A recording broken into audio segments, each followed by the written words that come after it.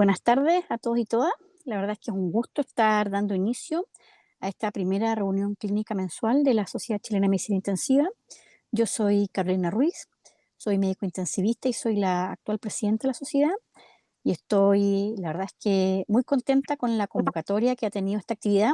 Felicitar y agradecer a la doctora Romina Baghetti, que es parte de nuestro directorio y que, digamos, es la creadora de esta iniciativa y que lo está coordinando, y agradecer al equipo de la UCI y el Hospital Higuera, que fueron los primeros en aceptar el llamado, ¿cierto? Y están debutando con esta reunión clínica.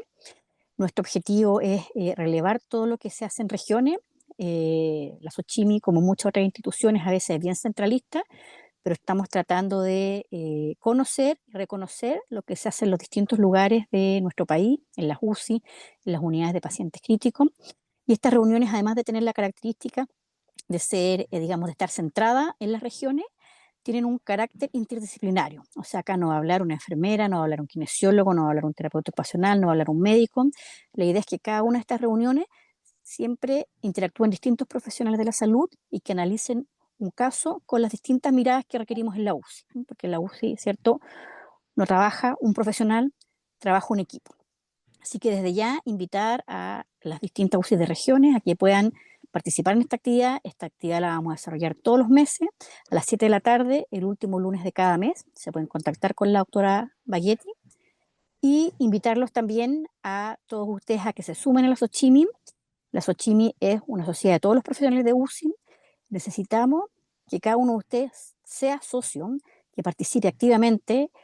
Felices que se conecten a nuestros webinars, participen en los congresos, participen en los simposios, pero de verdad los invitamos a conocer la SOCHIMI desde dentro y desde ayudar a que nos ayuden a construirla participando. Y por último, ya para dar inicio a esta sesión, recordarles que en mayo, 14, 15 y 16 de mayo, vamos a tener nuestro simposio otoño, una actividad que también es desarrollada de manera interdisciplinaria. Este año hemos innovado, tenemos un programa muy interesante online en la mañana. Eso lo definimos, digamos, para facilitar que todo el mundo pueda participar, no solo los que estamos en Santiago. Y en la tarde vamos a tener talleres presenciales, talleres online. Siempre lo online, ¿cierto?, permite que todos participen, pero además vamos a tener algunos talleres presenciales en regiones, y dentro de eso va a haber uno en Talcahuano. Así que ahí muchas gracias al equipo Talcahuano por todo el apoyo y todo el trabajo por la SOCHIMI. Y bueno, ya he hablado harto, solo me queda agradecerles y dar por iniciada esta primera sesión de reunión clínica regional de la Sociedad Chilena de Medicina Intensiva. Gracias, Caro. Quisiera saludar yo rápidamente a todos. Yo soy Romina Baghetti, soy intensivista de la UCI del Hospital Carlos Van Buren, de acá de la región de Valparaíso. Y como dijo la Caro, la idea de esto es nuestra primera reunión mensual, ¿no es cierto? Y la idea es que cada vez se sumen más personas y sumemos a todos los profesionales que trabajan en una UCI, porque ese es nuestro objetivo, intentar integrarnos a todos, entendiendo que el manejo de los pacientes críticos es un manejo integral. Así que nuestro objetivo de esta reunión es ese, unirnos más aún todas las divisiones y todos aquellos que participen en la UCI. Así que quiero saludarlos a todos. Hay mucha gente, estamos muy contentos. Esta es nuestra primera convocatoria. Esperamos que cada convocatoria sea más. Así que agradecerles por estar conectados hasta ahora, un lunes, ¿no es cierto? Que no es fácil. Y invitarlos a las siguientes reuniones, ¿ya? En esta oportunidad vamos a partir ya presentando y agradeciendo a la UPC del Hospital Las Higueras de Talcahuano. Está acá su jefe de UPC, que es el doctor David Krauni, así que damos formalmente a él gracias por haber aceptado esta invitación y por supuesto por haber hecho esta presentación con todo su equipo. Gracias, doctor. Quisiera también presentar a los tres presentadores del día de hoy. Vamos a presentar a Fernanda Figueroa, que es enfermera del UPC del Hospital Las Higueras. Vamos a presentar a Cristina Palma, que es la kinesióloga del UPC de Las Higueras. Y presentamos a Rodrigo Quiroga, que es doctor de la UPC Hospital Las Higueras. Vamos a presentar el manejo integral de las lesiones traqueales en pacientes con neumonía. Consistir en una primera parte de un caso clínico, una segunda parte de una tercera parte vamos a dar paso a las preguntas. Ustedes me pueden escribir las preguntas por el chat, yo las puedo verbalizar por ustedes, pero también les vamos a dar la oportunidad de levantar la mano si es que quieren hacerle un feedback a nuestros compañeros o hacer alguna. Además, también que cualquier UPC que quiera participar, escríbanme. Voy a dejar mi correo por el lado. Atrévanse, ya hay varias que nos han contactado. Atrévanse, denos a conocer su UPC, denos a conocer lo que hacen. Estamos dispuestos todos. La idea es que conectemos de norte a sur todas las UPC de Chile. Así que les voy a dejar mis datos ahí. Y ahora le doy la palabra al doctor David Crowley, que va a dar una pequeña introducción de los UPC del Hospital de Gracias. Muchas gracias, Romina, y muchas gracias a la sociedad por la invitación. Para nosotros, como comunidad, es un honor participar de esta instancia y debutar aquí a nivel nacional con todo. Veo hartas caras conocidas y nombres conocidos por los asistentes, pero es posible que no todos sepan dónde estamos. Así que queríamos contarles que nosotros estamos en Talcahuano, en la región del Biobío. Nosotros respondemos a un servicio de salud de aproximadamente 380.000 personas, pero además de eso somos centro de referencia de ECMO para la región del Maule y la región de Ñuble. Nuestro hospital tiene aproximadamente 460 camas, que está en constante evolución por normalizaciones que están todavía ocurriendo, y nuestra unidad de paciente crítico, ya post pandemia, por decirlo de esa manera, es una unidad que tiene 36 camas. Aquí vamos a ver rapidito algunos videos de cómo es la unidad. Tenemos 3 salas de 12 unidades cada una, y cada una de esas unidades va a estar implementada con los sistemas de monitorización y soporte vital que probablemente todos conocen. Tenemos algunas prestaciones adicionales como unidad de alta especialización, como es el soporte con endoscopía, terapias renales continuas y el ECMO, que es uno de los temas centrales del paciente que vamos a revisar a continuación.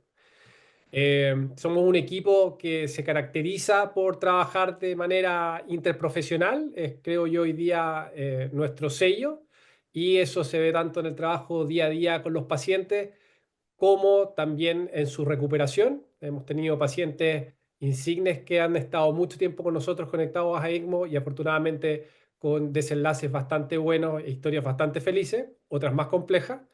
Y nuestra forma de trabajo es siempre a la cama del enfermo, pero con todo el equipo, y esta es la forma en la cual nosotros hacemos nuestra visita interdisciplinaria y trabajamos en el día a día guiados por un intensivista en cada una de las salas, pero con los enfermeros, con los kinesiólogos, con el equipo de química y farmacia presentes todo el tiempo, aparte de nuestros becados, nuestros internos y también los equipos de rehabilitación que cumplen funciones con nosotros. Así que eso es en general nuestra unidad, y con ustedes dejo al doctor Ulloa para que administre aquí la presentación del caso. Muchas gracias.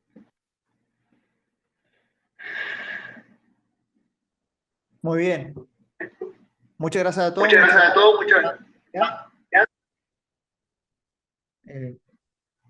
Parece que hay retorno, ¿no? Muchas gracias a la sociedad y gracias a todos ustedes los presentes.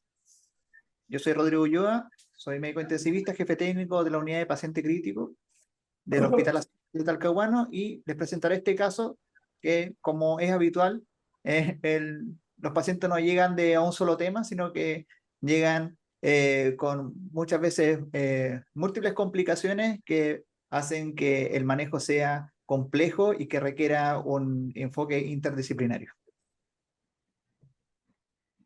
Ninguno de los opositores declara conflictos de interés, y solamente como recordatorio vamos a presentar el caso clínico, luego vamos a hacer una revisión bibliográfica multidisciplinaria donde abordaremos básicamente estos temas, y finalmente una discusión. Primero voy a abordar algunos temas de importancia médica, luego Fernanda Figueroa va a hablar sobre algunas cuestiones relacionadas al cuidado de enfermería, y finalmente Cristina Palma nos va a hablar sobre la rehabilitación y la terapia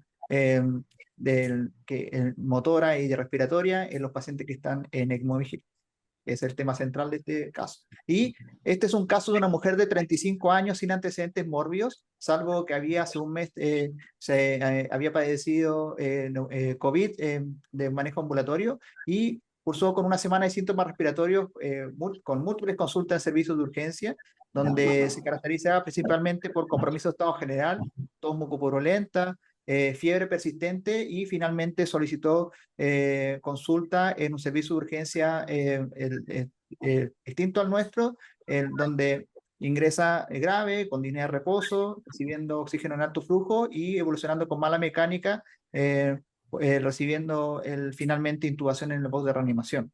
El previo a al traslado a nuestro centro, al paciente se le hizo, y también previo a la intubación, una escáner que mostraba extensas consolidaciones alveolares con broncograma aéreo y virus esmerilado. Una neumonía, como muchas que hemos recibido, y finalmente el paciente logra ser trasladado hasta nuestro PC el primer día, la primera noche, ingresando grave, con un leve enfisema subcutáneo previo a la instalación, algo muy sutil, no lo pasamos por alto en ese minuto porque era muy pequeño, y con secreciones mucohemáticas por el tubo. Muchas veces son intubaciones difíciles en hospitales periféricos, por lo tanto tampoco fue algo que nos llamara tanto la atención, pero sí el paciente con una difusión circulatoria severa soportada con Leofet a 0,5 gamma, vasopresina en dosis alta, con hipoperfusión bastante marcada y una falla respiratoria grave con una PAFI 98, luego de haber iniciado incluso la ventilación mecánica protectora ajustada, una titulación de PIP que nos mostró mayor respuesta y finalmente iniciándose bloqueo neuromuscular y prono.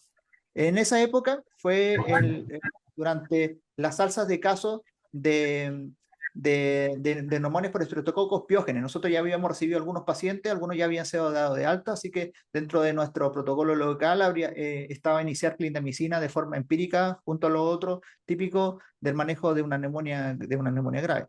El paciente al día 2 mejoró una mejoría paulatina, mejoró su PAFI, pero tenía mucho mayor enfisema subcutáneo, llegaba hasta la espalda y una disfunción circulatoria que se había mantenido. Debido a su mejoría paulatina y la necesidad de averiguar qué es lo que estaba pasando frente a la falta de una evolución favorable en lo general, se decidió supinación para poder bajar escáner.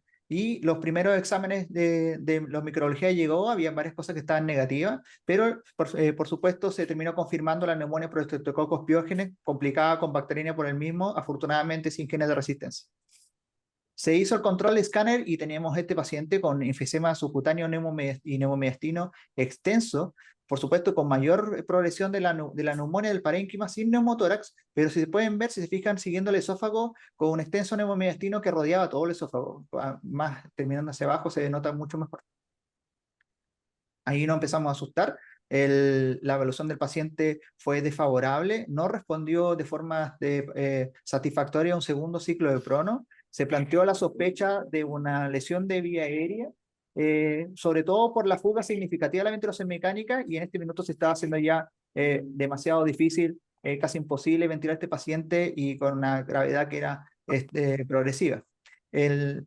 Con estos dos antecedentes se decidió una conexión precoz a ECMO veno-venoso, y el día 4 ya estaba conectada a ECMO. Afortunadamente, luego de eso, hubo una mejoría paulatina de la disfunción circulatoria, y en vista que nuestra principal sospecha, y de hecho de los principales motivos por los cuales necesitamos la conexión a ECMO fue la lesión de vía aérea, se realizó una fibroncoscopía que efectivamente confirmó nuestra sospecha. Había una extensa lesión en la pared posterior de la tráquea, desde la región cordal hasta 2 centímetros previo a la carina, casi 5 centímetros, configurando una lesión de tráquea tipo 3A. En este sentido, discutimos con cirugía de tórax, y debido a la profunda gravedad del paciente, se decidió un manejo más bien conservador, semi-invasivo, con instalación de prótesis, pero sí una vez lograda la estabilidad hemodinámica y clínica del paciente. Como eso se veía un poco lejano al principio, se optó por un plan de progresión en cuanto a la sedación, intentando disminuir esas tres en los días posteriores, enfocando en un enfoque ventilatorio convencional en el sentido de no ultraprotector, considerando que estaba en ECMO. ¿Okay? Más adelante les voy a explicar por qué se quiso abordar esto, y un plan de rehabilitación junto a fisiatría y kinesiología, previendo que esto iba a ser una conexión de ECMO más bien prolongada. El día 9 se instala la prótesis traqueal. Ya había mejorado bastante el paciente en cuanto a lo que significaba disfunción circulatoria y control de la infección, y inmediatamente después se retira la sedación y se continuó con ECMO Vigil. Si bien el paciente días posteriores evolucionó como en condiciones de poder quitar el tubo, se decidió mantenerlo durante el resto del run de soporte debido a precauciones que teníamos con respecto al desplazamiento, posible desplazamiento de la prótesis. Más adelante en la revisión voy a comentarle otros aspectos con respecto a este tipo de abordaje. El día 13, el paciente ya estaba totalmente despierto, estaba mucho mejor, aún con su falla respiratoria, con la necesidad de soporte extracorpóreo con ECMO, pero ya comenzando con con rehabilitación motora con mayor intensidad. Por supuesto, al principio con mucha debilidad, pero iniciando el plan integral para poder progresar y no perder la funcionalidad de la paciente y poder avanzar. El día 24, la paciente superó con éxito una prueba de cierre de ECMO y fue decanulada, y finalmente se decide la actuación definitiva el día 26. El día 43 fue dada de alta para hospitalización domiciliaria, básicamente con el objetivo de que continúe recibiendo antibióticos, pero ya el día 108 la paciente ya lograba caminar hasta 10 cuadras sin fatiga. El día 136 se retira la prótesis en pabellón, eso fue hace poco tiempo atrás, y la paciente actualmente está recuperada haciendo las actividades laborales que hacía antes de enfermarse, ya habiendo pasado casi exactamente un año. Entonces, como primer aspecto de la revisión bibliográfica, les voy a comentar acerca de cómo abordamos este paciente que parece complejo y que tiene tiene muchos problemas encima, el cual tratamos primero y cómo lo hacemos. Lo primero que vemos es que tenemos un paciente con una falla respiratoria y lesiones traqueales que son severas. Estos ambos son factores que aumentan el riesgo de lesiones aún más severas, incluso con inestabilidad del paciente, que hace imposible un acto quirúrgico habitual, con toracotomía y reparación de la tráquea en cirugías complejas, con una ventilación invasiva que puede incluso causar más fuga y mayor enfisema y rotura de la lesión, y con un bloqueo neuromuscular que necesariamente tenía que ser prolongado y por lo tanto complicando más las cosas, prolongando la hospitalización y la debilidad del paciente crítico, que finalmente termina siendo muchas veces una desventaja y de mal pronóstico. Por lo tanto, en este caso, estos pacientes, el enfoque principal es conectarlos a ECMO, y entendiendo que existen otras indicaciones de ECMO que probablemente no son tan conocidas, pero que están muy bien descritas y muy bien fundamentadas. Las causas de lesiones traqueales habitualmente, si bien las obvias son las que son por heridas por proyectil, por trauma penetrante, cerrado, incluso, o a veces abierto, que son las de más pronóstico, las más habituales de ver en los hospitales y en los servicios de urgencia son las que tienen que ver con las etiología iatrogénica, por problemas en la intubaciones difíciles. ¿Sí? Pero después vienen todas las que tienen que ver con procedimientos propios de la especialidad de enfermedad respiratoria, de broncopulmonar, el uso de broncoscopio rígido, o la remoción del stent, de un stent traqueobronquial, o otros procedimientos como EUS, etc. Las traqueostomías, por supuesto, cuando son abiertas, también son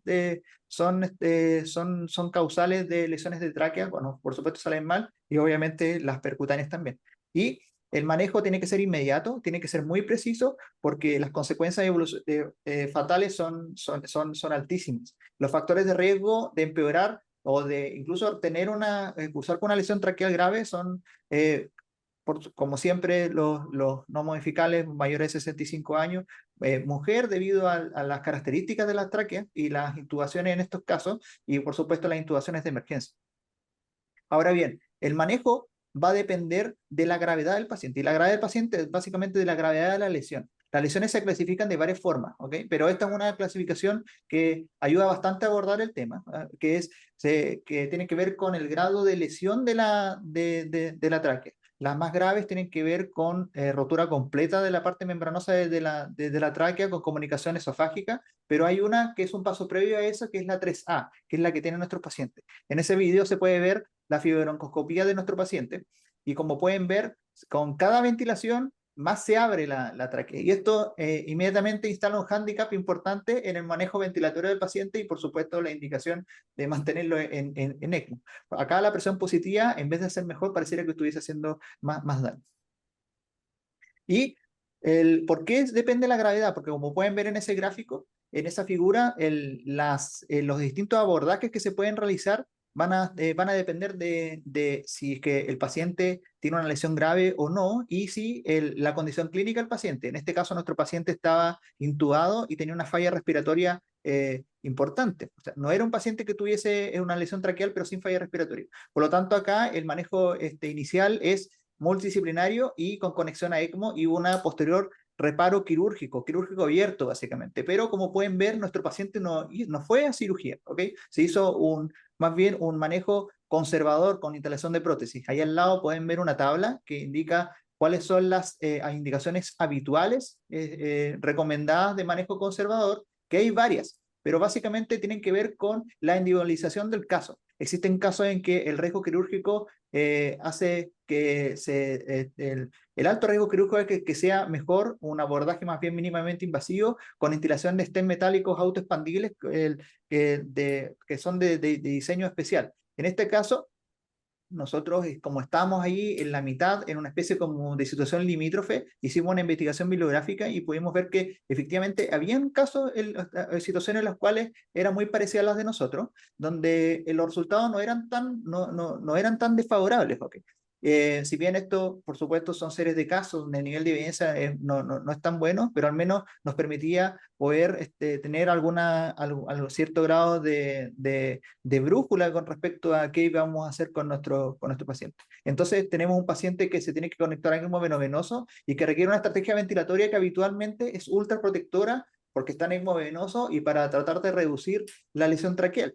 Pero el manejo que nosotros estamos haciendo en concomitancia con una neumonía grave y de altísimo riesgo de mortalidad, más bien hacía que no nos pisemos la cola con respecto a cuánto tiempo íbamos a estar en ventilación mecánica y con soporte ECMO. Por lo tanto, elegimos un manejo más bien conservador en el sentido de no irnos por ventilaciones mecánicas ultraprotectoras que muchas veces están asociados a reaparición de infecciones concomitantes y muchas veces el desenlace desfavorable. Si hace esto o no, la verdad, esto es bien controversial. Cuando uno busca en la literatura, no hay mucho, pero sí con respecto al ECMO Vigil con lesiones traqueales, con lesiones traqueales. Entonces, ¿puede el ECMO Vigil facilitar el manejo conservador multidisciplinario de estos pacientes? Y por supuesto que sí, porque evitamos esa lesión básicamente por cisaillamiento provocado por la presión positiva durante la ventilación mecánica invasiva. Entonces, al elegir un ECMO Vigil y muchas veces sin necesidad de conexión mecánica y con extubación, la oxigenación se puede lograr, pero sin la necesidad de tanta presión positiva y se logra un mayor control de la vía aérea y no se sigue rompiendo. Además, facilita el manejo conservador porque ya que reduce las complicaciones como, por ejemplo, desplazamiento de la misma prótesis, porque eso se va abriendo y la prótesis ya se expandió o puede que quede haciendo un endolic. Y, por supuesto, todo lo que tiene que ver con la reducción de la sedación, de la coloración del paciente y mantenerlo con fuerza como para poder hacer una terapia puente en el futuro si es que llegase a fracasar al manejo conservador. Entonces, los pros y contras de la respiración espontánea en ECMO son varios. Por supuesto que una ventilación espontánea en ECMO protege el diafragma, previene atelectasia, mejora la relación BQ y mejorando así la oxigenación debido al uso, al uso del diafragma, que previo a eso no se puede usar porque los pacientes muchas veces están en sedación. Una vez que el paciente está despierto, puede lograr la ventilación espontánea, usar el diafragma y poder reclutar las zonas dependientes y mejorar la relación BQ. Pero también esto tiene sus riesgos. La intubación de urgencia durante el ECMO tiene una altísima mortalidad, me refiero cuando fracasa el ECMO Vigil. Y muchas veces cuando no se setea muy bien la consola con la interacción con el paciente, se logra un alto gasto energético y riesgo de lesión pulmonar si es que se llega a provocar PECILI.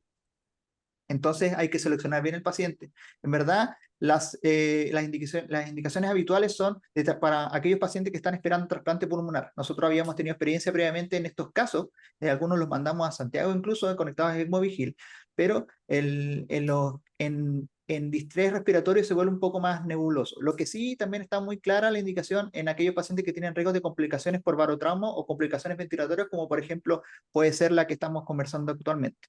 De todos los parámetros clínicos que uno evalúa, la principal que permite que el paciente sea un buen candidato es aquel paciente que ya no está empeorando constantemente, por decirlo de una manera, y con bajos requerimientos de PIB y FIO2 por la ventilación mecánica y con estabilidad hemodinámica que permita progresar a la vigilia. Pero por supuesto, aquellos que se excluyen totalmente son varios, pero sobre todo los que tienen agitación o delirio por el riesgo de acanulaciones inadvertidas. Si se sacan central, imagínense si se saquen una cánula de ECMO, y aquellos que tienen hipoxemia refractaria incluso con soporte de ECMO. Estos pacientes probablemente están muy verdes para sacarlos a ECMO Vigil y no pueden progresar todavía.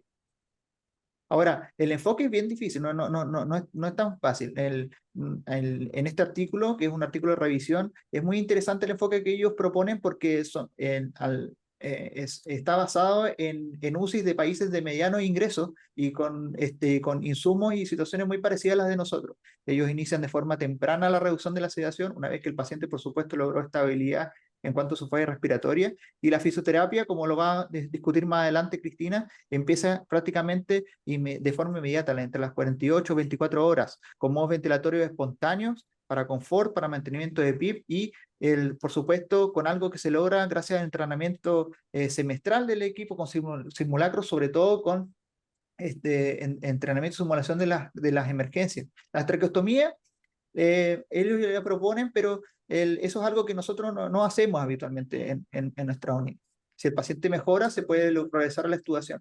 Pero el problema no es tanto eso, sino que muchas veces esto fracasa porque no se tiene en cuenta la interacción de la consola y el paciente. Cuando el paciente respira de forma espontánea, genera presión intratorácica que son negativas, que pueden provocar problemas con la consola, con el retorno con el retorno del flujo. Y por supuesto, la presión de tos o maniobras de Valsalva provocan el mismo efecto y muchas veces generan situaciones de riesgo y de emergencia. Y eso es porque con ventilación con presión positiva, nosotros tenemos que se distiende la vena cava inferior y eso mejora el drenaje hacia el circuito de ECMO. En cambio, con una ventilación espontánea, y sobre todo cuando tiene un alto drive ventilatorio, se genera un colapso de la vena cava inferior y eso dificulta el drenaje del ECMO. Entonces tenemos que buscar estrategias para poder, obviamente, seleccionar bien al paciente y hacer que poder manipular un poco, modular el drive ventilatorio. Acá la eliminación extracorpórea del CO2 que provoca el ECMO es nuestro caballito de batalla, pero hay que tener cuidado porque un exceso podría inducir hipoventilación, reduce la relación de ventilación-perfusión y así atelectasia y empeoramiento, infecciones, etcétera, etcétera, etcétera. Por lo tanto, para prevenir esto, se recomiendan titular cuidadosamente el flujo de gases fresco, preservar cierto nivel de respiración espontánea y en algunos casos incluso la necesidad de aplicar presión positiva al principio mientras se configura esta interacción entre el paciente y la consola. ¿Va mejor mi paciente? Es bien difícil cuando está en ECMO y mucho más cuando los pacientes están en ventilación espontánea, ya que el intercambio de gases del pulmón nativo es complejo, se complejiza más las cosas debido a que se pierde la vasoconstricción hipóxica y aumenta el chant, lo que eso hace que se altere la valoración de la capacidad generadora de ambos. Y por supuesto, uno podría hacer pruebas un poco más estrictas, como por ejemplo cerrar los flujos de gases frescos, pero eso ya más tan reservado cuando uno hace trial off del ECMO y ya empieza a pensar en decanular. Entonces no es como al principio. Para terminar en esta primera parte, lo más importante es que si uno progresa a ECMO Vigil para lograr la rehabilitación y mantener la funcionalidad del paciente para que pueda resistir al resto de su hospitalización y las cosas que le vienen, hay que trabajar de forma casi preventiva, a la defensiva, intentando evitar y prevenir potenciales peligros y trabajando en equipo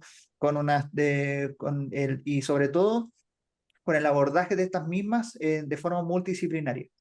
A continuación, los voy a dejar con Fernanda Figueroa, que nos va a hablar sobre cuáles son los cuidados de enfermería en ECMO Vigil.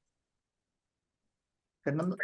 Muchas gracias. Ya bien, ya me presentaron, ¿cierto? Modo de contextualizar. Entonces, estamos frente a un paciente que está cursando con una neumonía asociada a un Streptococcus pyogenes, ya con una falla respiratoria grave, que a la par se descubre esta lesión traqueal y por lo tanto es una paciente categorizada ya para conectarla a ECMO veno-venoso. Y desde el momento en que la conectamos a ECMO veno-venoso empezamos a pensar en este concepto de cómo llevarla, ¿cierto?, a este despertar. Y es en este aspecto donde enfermería cumple un rol fundamental, ya sea la rehabilitación, en la prevención de complicaciones, la monitorización continua tanto del paciente como del circuito mismo, ya la humanización del cuidado de este paciente, el entrenamiento y la simulación. Siguiente. Siguiente. Gracias. Entonces, ¿cuáles son los desafíos que enfrenta enfermería cuando nos llega un paciente en ECMO venoso? Ya, cuando escuchamos que viene un paciente en ECMO, sabemos que es uno de los pacientes más complejos de la unidad de cuidados intensivos, porque va a requerir ya tanto una monitorización de los parámetros hemodinámicos estrictos, pero también una monitorización tanto del flujo de la bomba del ECMO. Ya variaciones en esto, es súper importante poder pesquisarla, ya ver cómo están los parámetros ventilatorios de este paciente, la mecánica ventilatoria, prevenir el barotrauma, el volutrauma, y ver cómo está la oxigenación tisular, ya sea bedside, en la cama del paciente, sintiendo los pulsos, ya evaluando integridad de la perfusión periférica, como también evaluando la difusión de oxígeno y eliminación de CO2. Por eso, dentro de esta exhaustiva examinación, es súper importante que pesquisemos aquellas complicaciones de forma precoz, complicaciones que van desde sangrado activo del sitio de inserción de las cánulas, ya infecciones intrahospitalarias, como que nuestro paciente desarrolla una neumonía asociada a ventilación mecánica, ya para lo cual requiere una higiene respiratoria estricta, ya pacientes que pueden caer en falla renal, ya por hipoperfusión o por el mismo uso de anticoagulantes, y aquellas lesiones asociadas, ¿cierto?, a la estadía prolongada, como lo son las lesiones por presión. Sabemos que este tipo de pacientes tiene un alto riesgo de lesiones por presión, ya, y por lo tanto debemos colaborar en la movilización pasiva y en la monitorización activa de la perfusión periférica. Siguiente.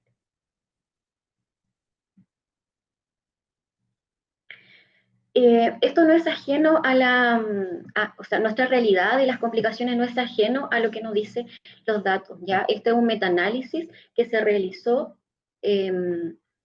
evalúa las complicaciones y la mortalidad de los pacientes conectados en ECMO, en donde se incluyeron 1.763 pacientes que cumplían con criterios de insuficiencia respiratoria aguda o shock cardiogénico, ¿ya? De los cuales ya nosotros compartimos algunos de estos porcentajes en donde las complicaciones más frecuentes que se vieron, por ejemplo, fue la disfunción del oxigenador que requirió reemplazo. Si bien no en esta paciente, pero sí hemos tenido casos en donde hemos tenido pacientes conectados a ECMO venoso de muy larga estadía y que por lo mismo, ¿cierto?, requiere un cambio del oxigenador, ya sea por una disfunción en el intercambio, por acumulación de coágulos o fibrina.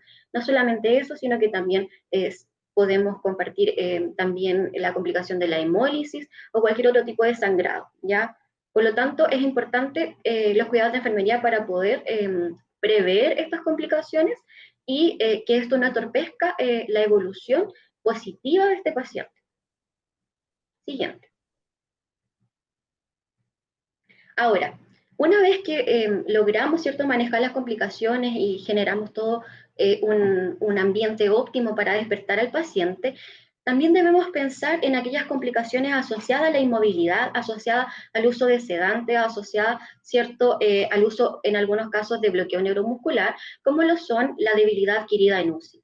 Ya es importante establecer un plan de rehabilitación temprana desde el momento en que el paciente se conecta, desde cuando se logra una estabilidad clínica y hemodinámica del paciente, establecer un plan que esté orientado a una recuperación física, mental y funcional en colaboración con todos los participantes del equipo de salud, enfermeras, fisioterapeutas, médicos, kinesiólogos, con el objetivo de iniciar una movilización pasiva probablemente, pero luego esto puede ir aumentando a movilización activa, ejercicios y ejercicios de respiración, ¿ya? No solamente nos enfocamos también en minimizar la inmovilidad, sino que también nos debemos enfocar en vigilar la función neuromuscular, evaluar fuerza, ya si es un paciente que está con bloqueo neuromuscular y tenemos disponible un TOF, ya evaluemos, ¿cierto?, el mínimo de bloqueo neuromuscular para ejercer el efecto. Debemos evaluar la respuesta muscular también de este paciente y, por sobre todo, evitar la sedación excesiva, siempre que sea y que el estado clínico del paciente lo permita, promover una sedación más ligera. Siguiente. Ahora, nos encontramos entonces con este paciente, ¿cierto?, que cumple con los criterios para empezar a despertar, pero ¿cómo nosotros identificamos cuando un paciente en ECMO está despertando? Ya probablemente no va a ser un paciente que va a abrir los ojos de forma inmediata. Ya si fue un paciente que tiene una larga estadía, puede que tenga edema palpebral y eso impida que el paciente abra los ojos, pero eso no quiere decir que nuestro paciente no esté despertando. Entonces hay una serie de parámetros que nosotros podemos evaluar ya de forma más objetiva, entre los cuales encontramos las variaciones del nivel de conciencia. ¿Ya? Cuando el paciente está sedado, podemos aplicar la escala SAS o RAS, dependiendo del centro. Nosotros acá aplicamos la escala SAS, pero ya una vez que nosotros logramos suspender la sedación, podemos aplicar la escala Glasgow, ya en donde un paciente ventilado nos va a otorgar una puntuación máxima de 11 puntos. También debemos identificar que no haya presencia de dolor o que no haya presencia de ansiedad. Ahora, hay que entender esta interacción que tiene tanto las variantes hemodinámicas del paciente mismo como las variantes de flujo y del nivel de oxigenación que tiene el circuito. Ya es súper importante que las variantes hemodinámicas, por ejemplo, una desaturación o una hipotensión, ya no esté ocasionada por un mal funcionamiento del circuito mismo. Así que la evaluación o la valoración debe ir hacia los dos ítems, ¿ya? También debo prever la agitación, ¿ya? Prever, ¿cierto?, un ambiente óptimo para que el paciente pueda despertar, ¿ya? Con una contención emocional, según los protocolos institucionales, ya favoreciendo siempre un enfoque equilibrado de la sedación ligera. Ahora, cuando hablamos de empezar a titular la sedación, ya si bien sabemos que probablemente estos pacientes van a estar una sedación profunda los primeros días, ya sea con benzodiazepinas, por ejemplo, pero son pacientes que cuando los queremos empezar a despertar, se debe pensar en una sedación más ligera, ya privilegiando, como por ejemplo el uso de dexmedetomidina, ya que permite, ¿cierto?, un despertar un poco más tranquilo y permite al tener una vida media un poco más corta, que el paciente logre despertar de forma más precoz, ¿ya? Y debo evaluar, como decía, con escalas un poco más objetivas, ya el estado de nivel de conciencia de nuestro paciente. Debo ver además el delirio, ¿ya? Pacientes añosos, pacientes que están bajo el uso de sedación profunda, ya es una posibilidad de que presenten un delirio y que pueda entorpecer la evolución favorable. Por lo tanto, ¿cómo lo detecto de forma temprana? Usando escalas como el CAMI-Q, ya evitar la inmovilización prolongada, vigilar que no haya un desequilibrio de electrolito, ya manejar el estrés ambiental, son algunas de las medidas que me permiten manejar y controlar el delirio. Siguiente. Entonces, ¿cuál es el verdadero desafío para el equipo cuando hablamos de un paciente que queremos despertar? Es entender cómo interacciona el ECMO, corazón-pulmón en un paciente que respira espontáneamente. Ya en esta revisión que el doctor Ulloa mencionó anteriormente, quería destacar cuáles son los ítems en donde participa enfermería y si bien podemos ver las distintas actividades en esta tabla, vemos que enfermería participa en todas las actividades, desde la logística, la monitorización, la asistencia. A diferencia, por ejemplo, del perfusionista, que no siempre está en todas las actividades que se llevan a cabo con el paciente. Siguiente. Ahora, es importante hacer la conexión, el nexo entre este tipo de pacientes, lo que queremos lograr, que es el ECMO Vigil, y la importancia de que haya una formación continua en ECMO, ya de todo el equipo de salud. En esta revisión se logró concluir ya en base a 9 bases de datos, ya cuál era el impacto que tenía el rol de enfermería de la práctica avanzada en distintos ítems, como la calidad de la atención, la satisfacción de pacientes, ya los cuidados críticos. ¿Y qué concluyó entonces? Que mejora la evolución de los pacientes, disminuye la estancia hospitalaria, la mortalidad, el costo y mejora además la satisfacción usuaria. Y esto va de la mano con no solamente la parte teórica, sino que también escenarios que permitan llevar a la práctica sin poner en riesgo a los pacientes, como lo es la simulación clínica. Esta plataforma que permite el entrenamiento en situaciones de emergencia ya y que nos permite, como decía anteriormente, no poner en riesgo la salud del paciente, cuyas ventajas van desde adquirir habilidades técnicas y de comunicación del equipo de salud, pero también mejorar la toma de decisiones, reduciendo así los errores humanos. Siguiente. Y por último, esta simulación clínica, entonces acá hay un artículo ya que nos habla un poquito de cómo cuál es el efecto, ¿cierto?, de la simulación en base en situaciones de emergencia en pacientes con ECMO, ¿ya? Y como concluyó, ¿qué concluyó esta revisión? Fue que el entrenamiento en simulación mejora y reduce el tiempo de respuesta en a lo menos un 25%, ¿ya? Que significa bastante para este tipo de pacientes. Por lo tanto, es importante dentro de nuestros protocolos institucionales y programas de capacitación continua ya incluir la simulación clínica para reducir, como decía, los errores humanos, mejorar los resultados y todo lo que ya hemos dicho anteriormente. Ahora le voy a dar la palabra a Cristina Palva para que continúe con la presentación. Buenas tardes a todos. Bueno, ya me presentaron. Yo soy encargada de terapia física en López Adulto del Hospital La Higuera y mi rol consiste en coordinar y planificar en conjunto con los kinesiólogos de cuarto turno todo lo que respecta a la terapia física de los pacientes. Siguiente. A modo de contextualización, bueno, ya introdujeron bastante el caso. Esta fue una paciente que estuvo en primera instancia bajo sedación profunda y uso de bloqueo neuromuscular aproximadamente 10 días. Luego de la instalación de su prótesis, ya se pudo hacer este traslado de sedación profunda a un ECMO Vigil y se pudo retomar la rehabilitación desde una base de movilizaciones pasivas a movilizaciones ya más funcionales como sedente borde cama. Y se destaca, por lo tanto, el rol clave que tiene la kinesioterapia en esta transición de la desconexión del ECMO y para optimizar su recuperación funcional. Siguiente. A modo de introducción, les quiero mostrar esta revisión sistemática publicada en el año 2023, ya en donde se destacó este concepto de la WAKE en ECMO, ya, o este ECMO Vigil. Y en él se mencionaba este concepto como una estrategia que se basa principalmente en la liberación de la ventilación mecánica, la reducción de la pseudoanalgesia y también llevar esta rehabilitación temprana hasta lograr posiblemente la deambulación. Siguiente. En esta misma revisión se seleccionaron 30 estudios que correspondían desde el año 2002 al 2019. Todos eran personas adultas que estaban apoyadas por este soporte extracorpóreo. Y lo que se destaca es que se logró la liberación de la ventilación mecánica y la deambulación como objetivo principal en alrededor la mitad de la población de estudio.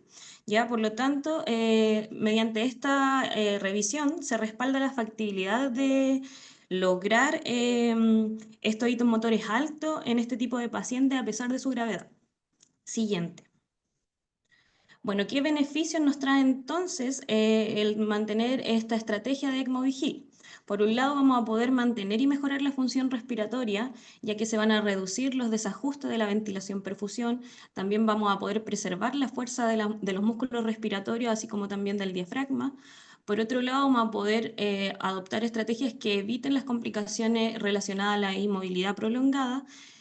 Sabemos que un reposo de un día nos hace perder entre 1 a 2% de masa muscular y así vamos sumando. Por lo tanto, el mantenerlo de manera más vigila a este usuario, vamos a poder contrarrestar la debilidad muscular que pueda tener. Y por otro lado, le va a permitir participar de manera activa en su proceso de rehabilitación. Esto le va a llevar a que tenga un mayor sentido de independencia, vamos a poder facilitar la comunicación con el usuario y a su vez poder evaluar ciertos factores de manera más objetiva, siendo esto el dolor, la disnea o la fatiga. Y también todo este conjunto de estrategias nos va a permitir facilitar la transición de la desvinculación del ECMO y rehabilitación post-UCI, que vamos a hablar más adelante. Siguiente.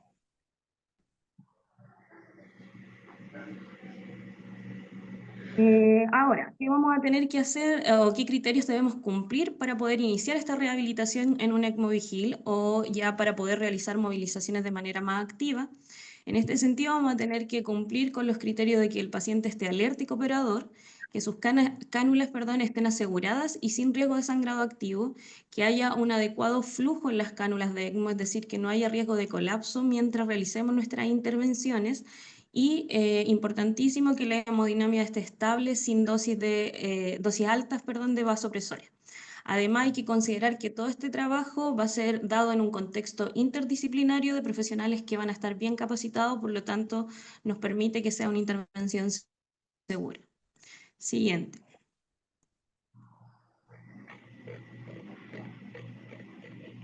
Para llevar a cabo la rehabilitación física y funcional de un paciente en ECMO vigil, va a ser necesario que tengamos claro una planificación y preparación. Y en ese sentido destaco este artículo publicado por Carol Hodgson en el año 2021, donde se describe una guía de estrategias para promover la movilización de los pacientes en unidad de cuidado intensivo. ¿Ya? En ella se describen 10 estrategias que buscan crear una cultura de movilización en esta unidad de cuidado intensivo y que también puede extrapolarse a estos pacientes en ECMO. ¿Ya? Esta estrategia incluye procesos de mejora de la calidad, de la comunicación interprofesional y además de ver los intereses que pueda tener el paciente. Siguiente. Por otro lado, también me pareció relevante destacar este artículo, este estudio que fue publicado este año con autores locales, en donde se describen estrategias protocolizadas para fomentar la movilización temprana de pacientes críticos. Ya dentro de estas se encuentra y se destacan la educación y el entrenamiento al equipo, la importancia de la comunicación que ya recalcábamos igual anteriormente y la colaboración que exista en el equipo. ¿Ya? Siguiente. En este contexto, en términos de nuestro centro, nosotros buscamos instancias para favorecer esta estrategia. Dentro de ellas tenemos la visita técnica que realizamos diariamente, en donde participan distintos profesionales, médicos, kinesiólogos, enfermeros, y se van planteando los objetivos y planes diarios con cada usuario. También ahí les muestro imágenes donde hemos realizado capacitaciones para conocer la estructura de la máquina ECMO y estar preparado ante posibles eventos adversos que puedan existir. Y a su vez, ya capacitaciones más centradas y dirigidas al equipo de cómo y cuándo es seguro también realizar estas movilizaciones. Siguiente. Por otro lado, otro de los componentes importantes que vamos a tener que tener en cuenta son las técnicas de rehabilitación más respiratoria en este contexto de ECMO vigil. Vamos a tener dos etapas. La primera que corresponde a este paciente que se va a encontrar sedado, donde vamos a buscar una ventilación protectora. La evidencia describe que podemos realizar una búsqueda de PIP óptima, pero que es necesario a la vez realizarlo de manera segura mediante una monitorización en tiempo real. Para esto, la evidencia actual describe el uso de ecografía pulmonar, que es lo más frecuente que tenemos en la unidad y que favorablemente nosotros en la unidad tenemos un equipo bien capacitado en ese sentido. Se han encontrado ya el lineamiento de investigación respecto a esto y también se describe que es un poco más difícil de que esté disponible en todas las unidades, que es esta impedancia eléctrica.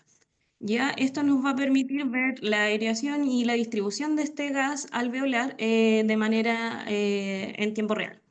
¿Ya? Y además, por otro lado, vamos a tener que mantener el clearance mucociliar a través de las técnicas manuales que podamos realizar. En una segunda etapa, que va a ser este paciente vigil, lo vamos a llevar lo antes posible o cuando sea más óptimo a la ventilación espontánea, que pueda consolidarla, evitando el PECILI. Y para eso también será importante que podamos ir monitorizando el esfuerzo o el impulso ventilatorio a través de mediciones ahí descritas. Y por otra parte, como vamos a tener un paciente más cooperador, vigil, vamos a poder también realizar una evaluación más concreta de la función pulmonar, pudiendo medir PIMA, expecto oxígeno y establecer un entrenamiento muscular respiratorio de ser necesario, que es lo más probable. Siguiente. Ahora en un contexto ya de la movilización temprana, en un ECMO Vigil, hablamos de, y la evidencia sí lo respalda también, de realizarlo de una manera progresiva. Tenemos la movilización pasiva que va a ir enfocada en primera instancia a una preservación de la integridad de las fibras musculares. Ya esta inmovilización lo que nos hace es reducir las fibras, la extensión de las fibras, por lo tanto, al yo estimularla con un estímulo mecánico, me permite que eso por lo menos se pueda preservar. También vamos a atenuar la pérdida de la síntesis proteica contrarrestándolo a que lo dejáramos en un reposo absoluto.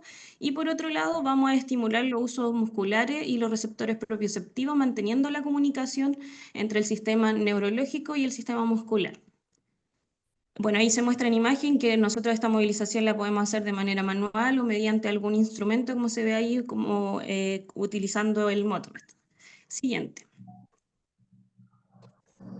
Por otro lado, vamos a progresar a movilizaciones activo-asistidas, donde van a estar enfocados más a la preservación y a la mejora de la fuerza muscular. Estas actividades van a ser intervenciones dentro de la cama, sin hacer todavía las transiciones más medias o altas, y nos va a favorecer, pues, como decía, mantener esta fuerza y nos permite proporcionar una asistencia gradual y incluyendo ejercicios con uso de banda elástica. También podemos usar este instrumento del Motomed ya de manera más activa asistida, donde también el paciente puede recibir un input visual mirando la pantalla también, etc.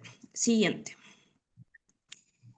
Y por último, vamos a progresar ya a una movilización más activa, pero de manera progresiva, pudiendo llevar a esta paciente a un sedente borde cama, a usar cicloergómetro de manera más activa, a bipedestarse ya sea con apoyo de los terapeutas o mediante una marcha ya con asistencia de ECMO. Ya, en esta etapa también va a ser relevante que podamos realizar la evaluación de escalas para objetivar el progreso de su rehabilitación. Y bueno, aquí yo les destaco, van a mostrar un video que ahí se destaca una evaluación de una escala.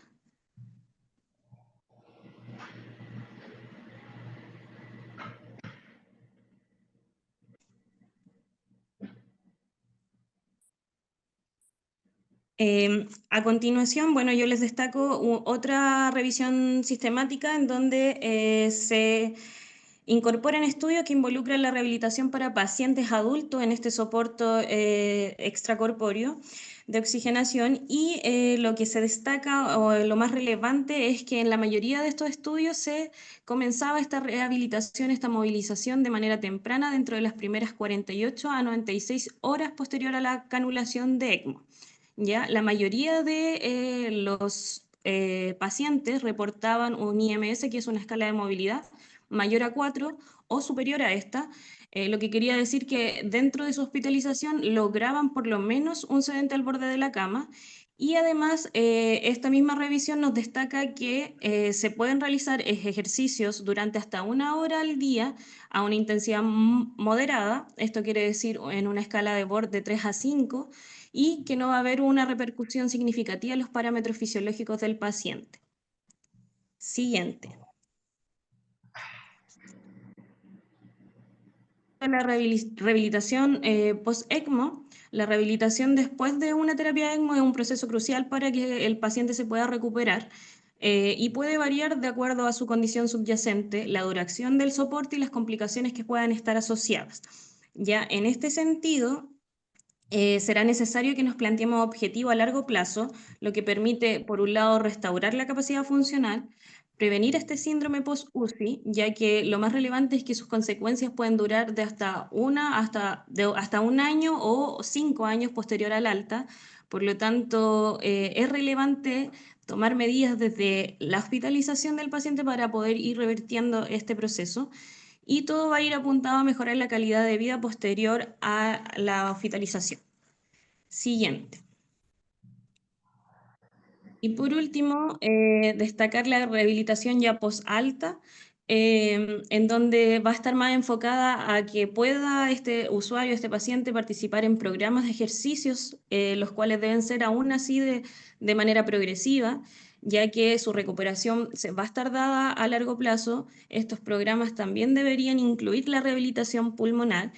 Y en este sentido, nuestro hospital post-pandemia generó un programa post-COVID, ¿ya? Que en un comienzo era solo para este tipo de pacientes y fue mutando. Actualmente ya es un programa post-UCI,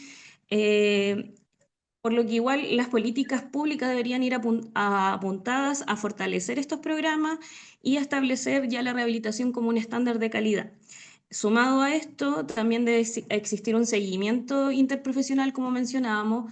Va a ser un manejo integral donde médicos, terapeutas, fonoaudiólogos, kinesiólogos puedan rehabilitar aún a este paciente para que pueda reincorporarse a su vida cotidiana, logrando realizar las actividades que hacía previamente a este evento ya un poco traumático.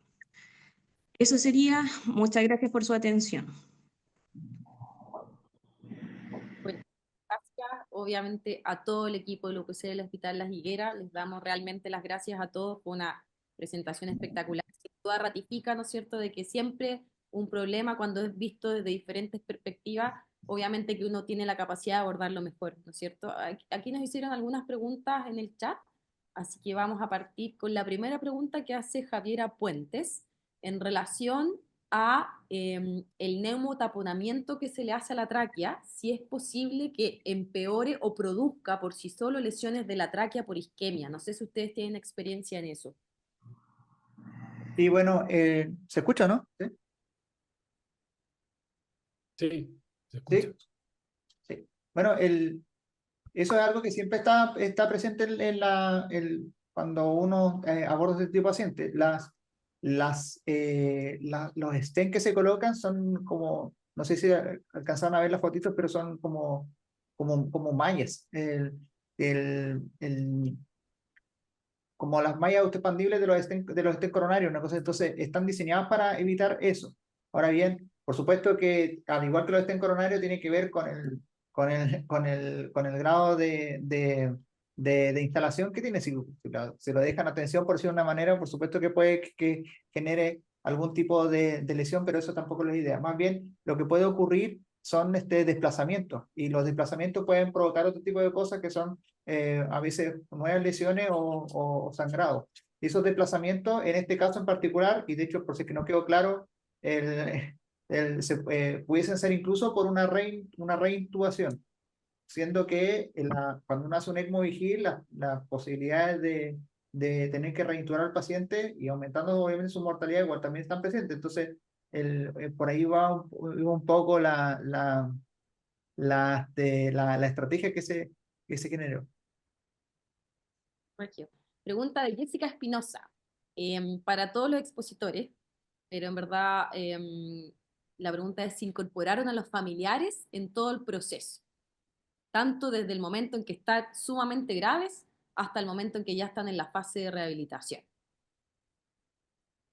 Sí, sí, de hecho iba a responder. Efectivamente, en este tipo de pacientes, los familiares son una parte fundamental de los cuidados.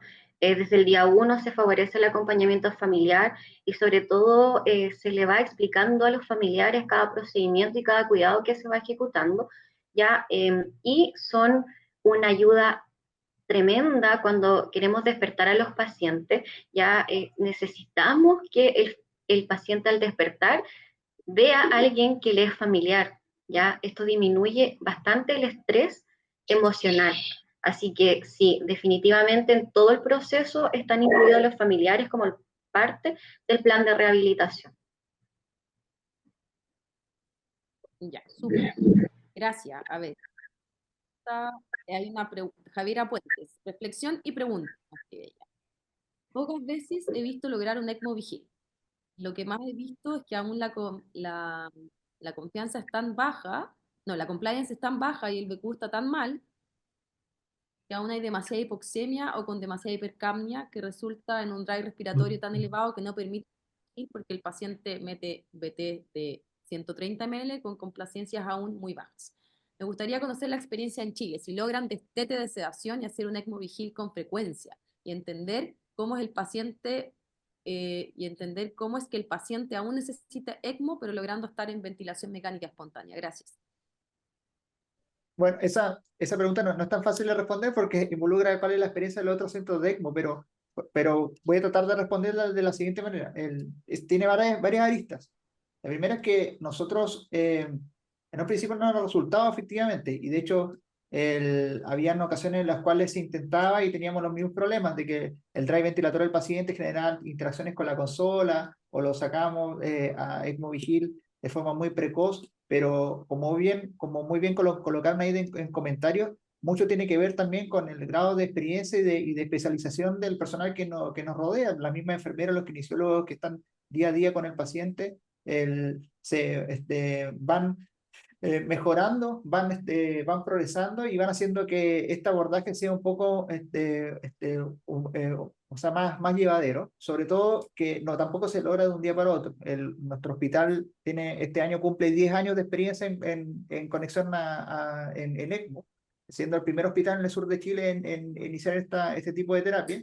Y ha sido un largo recorrido y, por supuesto, no todos los pacientes van a poder ser candidatos a esto. Los pacientes que tienen una alteración BQ tan grande que incluso se vuelve la falla respiratoria refractaria incluso al soporte extracorpóreo, yo muy bien lo mencioné en unas diapositivas anteriores, no son candidatos a progresar, pero aquellos que sí logran cierto grado de estabilidad y en los cuales uno puede entrar, entre comillas, por decirlo de una forma coloquial, a jugar con el perilleo de la consola, sobre todo con el flujo de gases frescos que va a ser el que va a controlar el drive ventilator del paciente. Ese es yo creo que esa es la clave. Incluso uno se puede hasta pasar, incluso provocar que el drive ventilatorio del paciente baje tanto que se provoque hipoventilación que termine provocando telectasia que termine provocando que caiga de nuevo el VT, cae de nuevo el VT, más alteraciones BQ y ahí empezamos de nuevo. Yo creo que la mejor respuesta es un poco de experiencia. Yo sé que hay muchos centros en Chile que mucho antes que nosotros lograron este objetivo terapéutico, ¿ok? Y por supuesto, cuando uno lo hace, también uno se pregunta, bueno, capaz que el paciente está para hacer una prueba de trial-off, pero muchas veces no ocurre. En el último ECMO que tuvimos hace una semana atrás, nos costó hacer el trial-off. Le hicimos 3 pruebas de cierre y el paciente no las superaba. Y a propósito de viendo las otras áreas que hay que revisarse, que el balance hídrico de los pacientes, el exceso de líquido, e ir corrigiéndolo, cuando va corrigiendo esos puntos, uno no se da cuenta y en verdad la falla respiratoria inicial ya no está, sino que hay cosas resolvibles que se pueden mejorar. No sé si otros centros de ECMO están así, yo creo que sí, sobre todo porque en general los centros que tienen capacidad de conexión a ECMO, en promedio todos llevan, salvo los nuevitos que aparecieron después de la pandemia, entre 10 a 15 y 20 años incluso. Y yo sé que por lo menos lo que es el programa de ECMO de la Clínica Las Condes, hace mucho tiempo lo hace.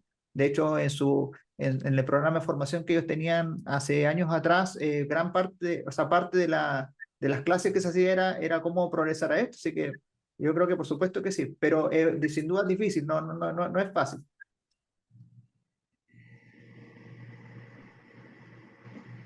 Gracias. La pregunta va para Cristina.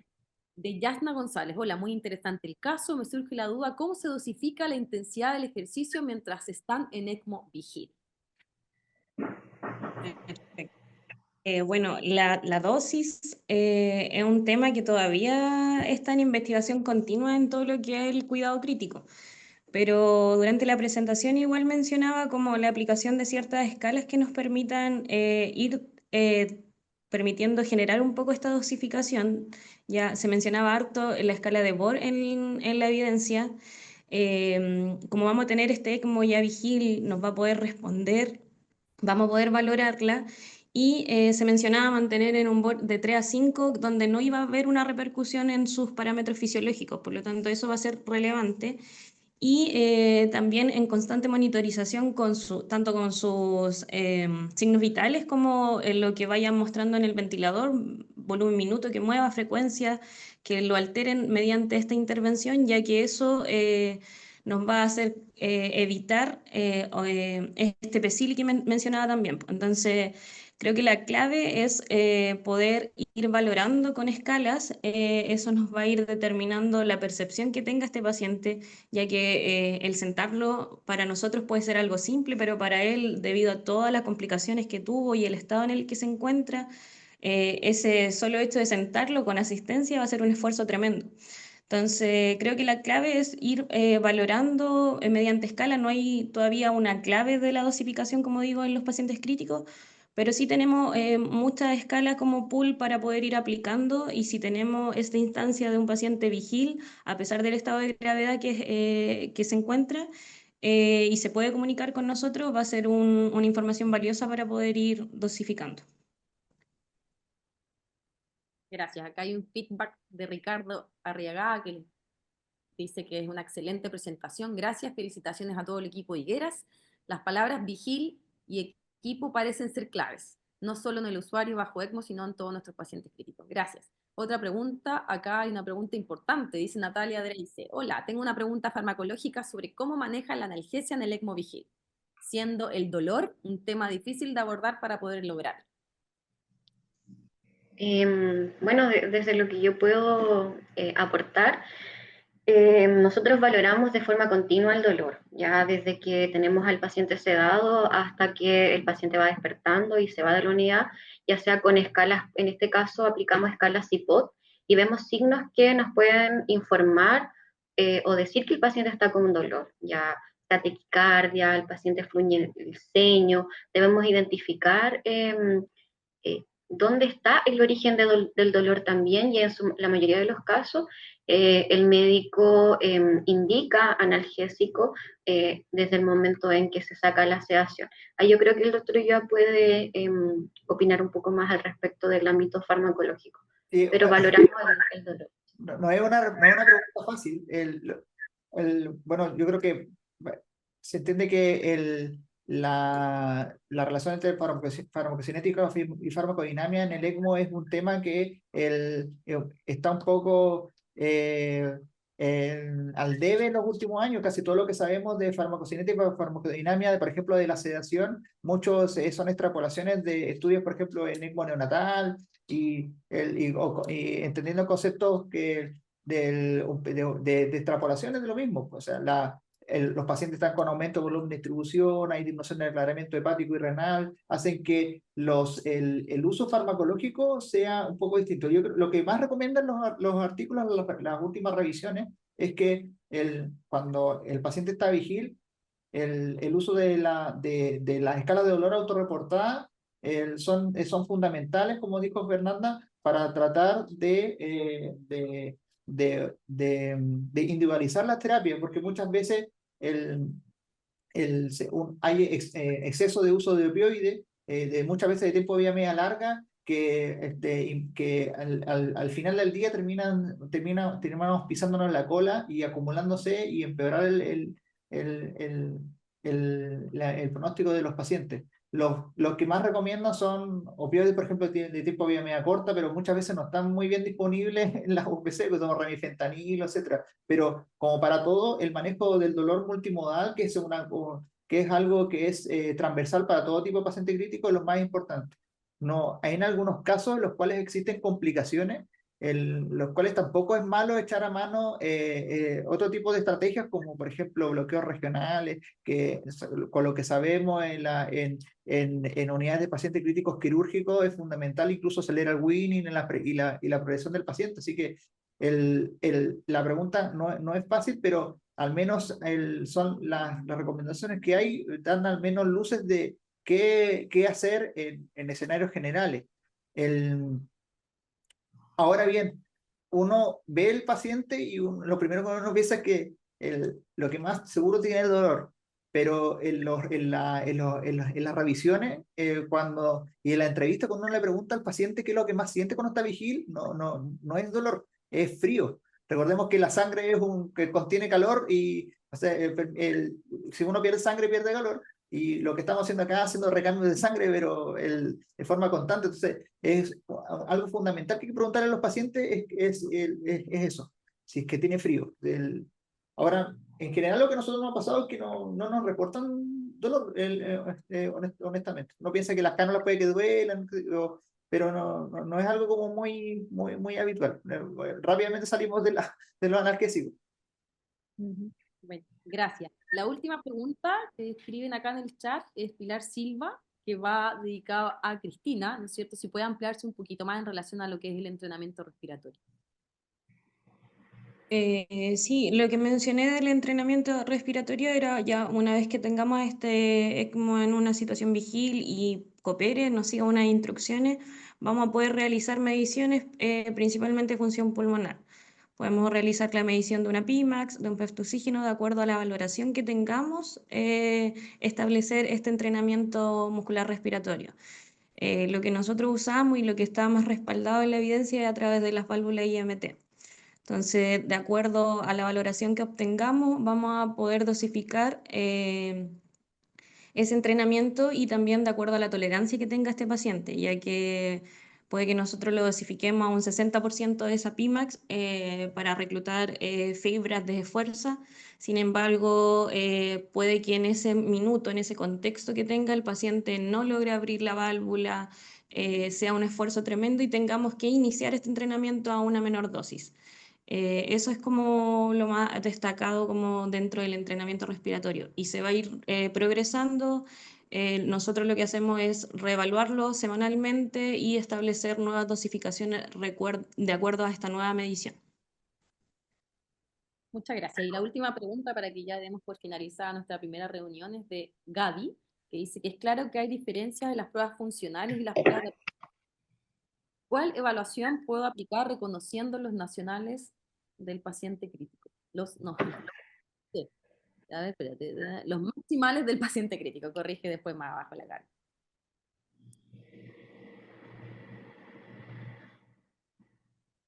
También para ti, Cristina. Se pone que claro que hay diferencia entre las pruebas funcionales y pruebas de aptitud física. ¿Cuál evaluación puedo hacer los maximales del paciente crítico? Sí, bueno, nosotros utilizamos las escalas que están validadas en paciente crítico. Obviamente la designación es dependiendo de cada unidad y de cuánto conocen la escala, qué tan familiarizados están con esa escala. En cuanto a términos de fuerza, nosotros usamos el LMRC. Para funcionalidad, la FCCIQ. Movilidad, como la mencionaba también en muchos artículos, se hablaba de la IMS, que es esta escala más cualitativa, pero de fácil uso. Y dependiendo de los resultados que obtengamos con esta escala, vamos a ir pudiendo como planificar una intervención de terapia física, reevaluándolo también, y incorporar otras escalas, como mencionaba, que era esta escala de borde de disnea, que nos va a ir dando la percepción más en el momento que tenga el paciente. Entonces yo puedo proponer llevarlo a un sedente borde cama o después progresar a un bípedo, pero si el paciente ya en un sedente borde cama me menciona que tiene un BOR mayor a 7, probablemente por su percepción de disnea no vamos a poder progresar. No sé si respondo bien a la pregunta.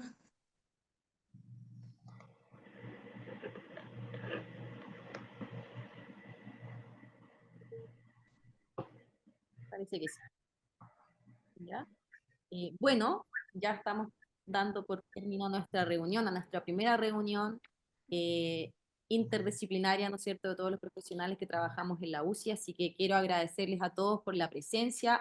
Hubieron más de 150 conectados, así que no podemos estar más felices de eso, y la idea es que con el resto de las reuniones súmense, sigan sumando y sumen a los colegas que trabajan con ustedes, ¿no es cierto?, en las diferentes UCI. Hay que acordarse de que somos una subespecialidad que es transversal y es nuestra misión también acordarse que es algo transversal, así que los invito a sumarse a todas las reuniones que vienen. Les agradezco por estar hasta ahora, ¿no es cierto? Agradecemos a la UPC del Hospital Las Higueras, obviamente por esta tremenda presentación, por esta tremenda instancia, y además les recordamos que tenemos muchas actividades como sociedad, todas las divisiones tienen muchas actividades. Hay que acordarse que viene el Congreso de Otoño, que es transversal también, así que las invitaciones están ya para que ustedes se inscriban. Y hay talleres de ECMO también, sé que genera mucha curiosidad y muchas ganas de aprender ECMO, ¿no es cierto? Uno de esos talleres está a cargo si no me equivoco, de ustedes. De nosotros, sí. Sí, así Sí, es. doña. Así que si quieren seguir explorando el tema o tienen más consultas para los expositores del día de hoy, a los cuales aprovecho de felicitar y agradecer, porque lo hicieron súper bien, los invitamos para que el 16 de mayo, si quieren venir de lejos, bienvenidos serán en el puerto. Aquí en Talcahuano los recibimos para el taller que vamos a hacer de rehabilitación multidisciplinaria, donde vamos a hablar un poco de ECMO, pero también vamos a ver pacientes que están con algún tipo de soporte menos invasivo. Así que tenemos hartas cositas preparadas para ustedes, así que aprovechamos de invitarlos para que nos vengan a ver. Bueno, muchas gracias a todos y buenas noches, que estén muy bien. Nos vemos el próximo mes. Gracias a todos. Gracias.